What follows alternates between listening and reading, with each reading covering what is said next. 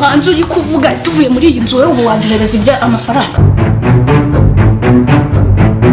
Ni gute ntaha njyewe nje mu rugo rwanjye nk'umugabo uri mu rugo rwe nkaza ngasanga warakaye uri kundeba nk'ikimbwe haze uri kundeba nk'intare y'ingore niki kiba kiri kujya mberaho? Ugenda ubwira uriya mugabo wawe uri kunyumva neza uko nyine aziyirwa asimburanya abagore uranyumva neza amakinga sure yuko aza kugisha amafaranga yanjye cyangwa nzamukubite uri kumva nzagakubita uzugatoragura hariya mu kabari kanjye.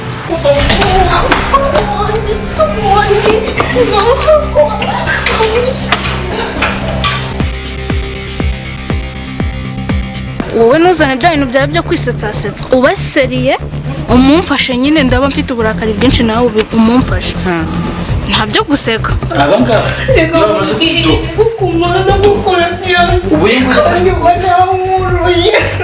ubu yungu yafashwe ku ngufu reba uko ariko nyegereza wanyipfuka ubu yafashwe ku ngufu amugaye waratse ngafata inkweto za washe toka hasoni mbabarira mvugira hejuru fungura konte.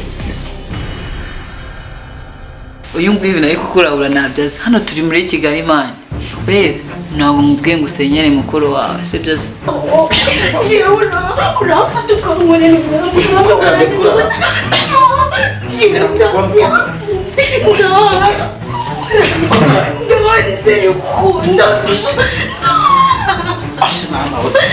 makumyabiri n'itanu sinishoboreye ubwo uragira ngo nawe umfungishe.